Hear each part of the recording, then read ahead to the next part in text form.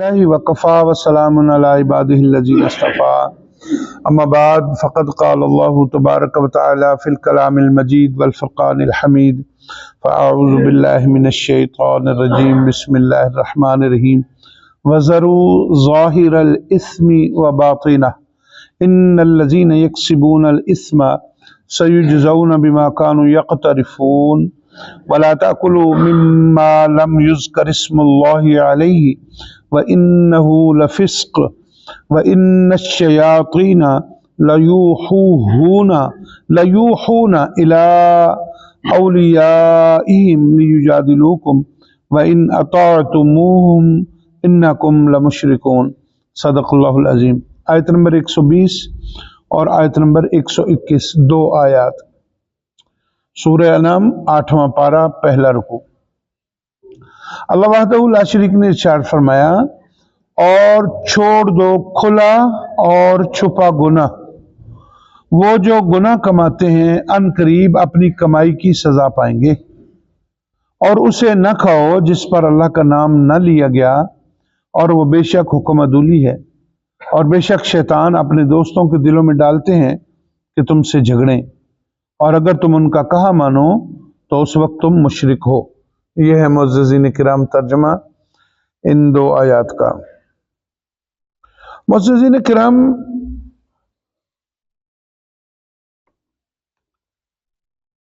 عرب میں ایک معاملہ تھا کہ لوگ زنا کو برا نہیں جانتے تھے، زنا کو برا نہیں جانتے تھے، بلکہ برا جاننا تو دور، اس پر قصیدے لکھے جاتے تھے، کہانیاں نظمیں بنائی جاتی تھی، اور پھر لوگوں میں بیٹھ کر اپنے اس فحش گناہ کو بیان کیا جاتا تھا فخر سے۔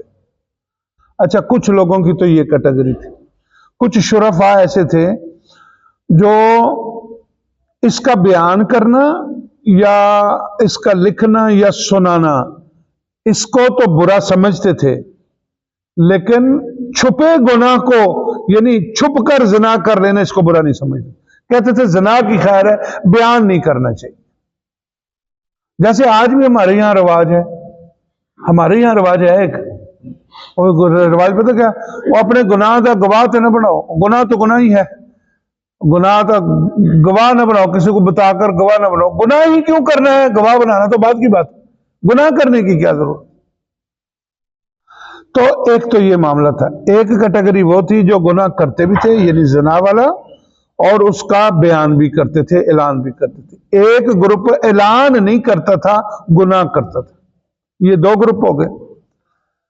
اچھا، کمال کی بات یہ ہے کہ اس گئے گزرے زمانے میں بھی اللہ وحدہ لا شریک نے میرے رسول کائنات صلی اللہ علیہ وسلم کو اور آپ کے نسب کو پاک اور پاکیزہ رکھا ہے۔